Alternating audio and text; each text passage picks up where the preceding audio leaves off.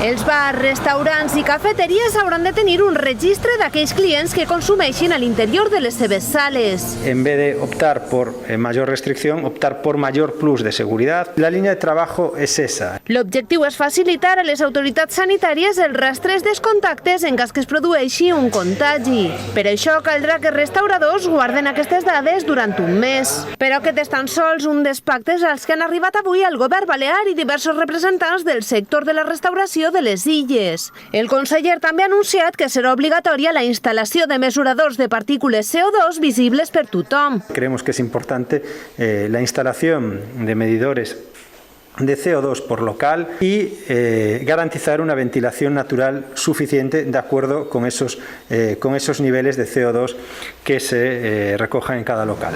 Si la ventilació no és correcta, s'haurà de fer ús de purificadors. El govern s'ha compromès a llançar una línia d'ajuts per l'adquisició dels aparells. Les empreses que compleixin amb la normativa obtindran un segell de qualitat amb els que s'identificarà aquells que arribin als nivells d'exigència establerts.